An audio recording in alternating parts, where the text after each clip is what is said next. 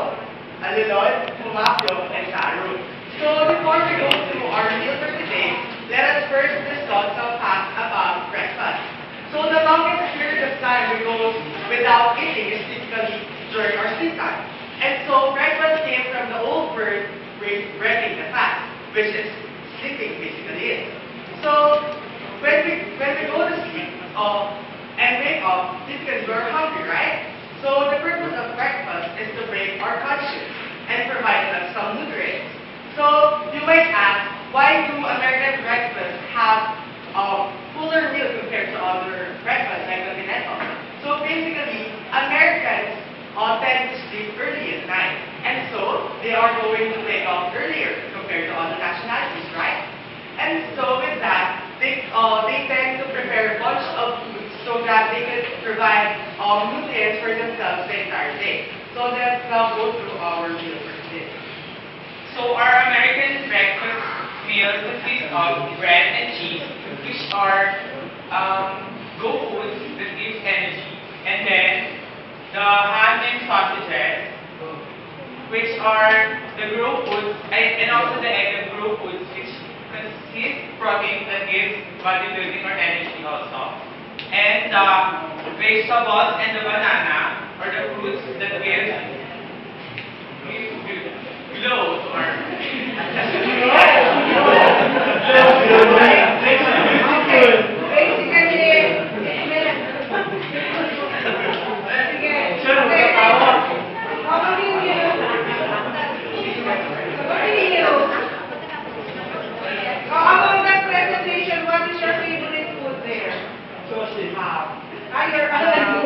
what about the other guys?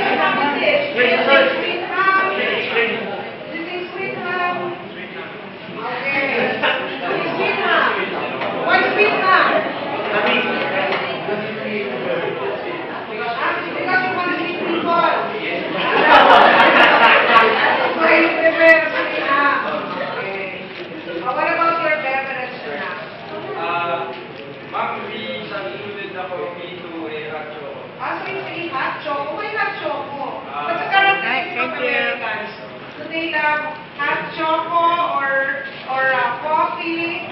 What's the characteristic? Can you do the segmentation? because this breakfast is prepared for kids. For kids.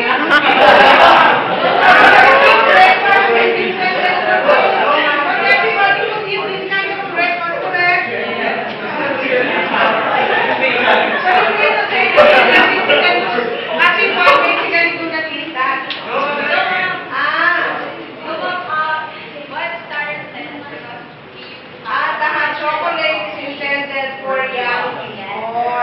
Okay, what about the coffee?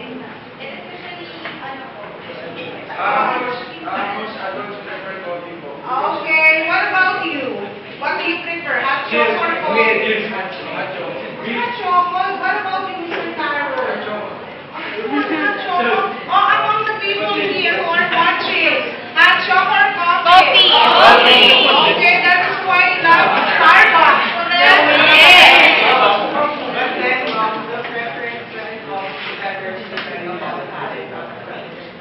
Okay, but basically, of course, that's correct. The hot chocolate is more on the preferences of young people, okay, especially the children, because they love something that is sweet. Of course, as you grow older, you always wanted to eliminate sweets. Okay, bakit? Because that could give negative effect to your health. Okay, so prevention is better than cure. Now, this is my question. How much is the food cost of that particular menu? The total. If we are going to rate it based on the expenses we have, it would total to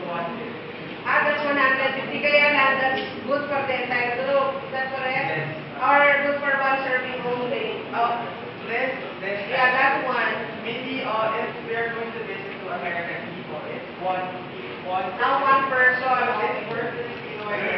Two persons. Yes, Americans are very big. Do you know that one? Yeah. One time we went there, nagulat ako, yung parang nakita ko is only 6 years old, eh, ganito katangkad.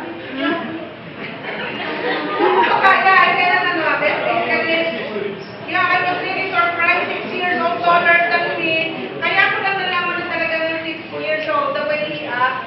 Alam mo, if it's that guy, that's a kid or a young adult. Ganun sila kanila.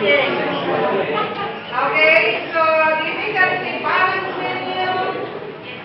Why balance? Because of the we have bread for carbohydrates, and we have fat, proteins, and egg for protein. We have your banana for vegetables and I'm asking if you're my student. I know. You're just watching them. Okay. This is F and B. You're done with the F and B already. You just watch. Okay.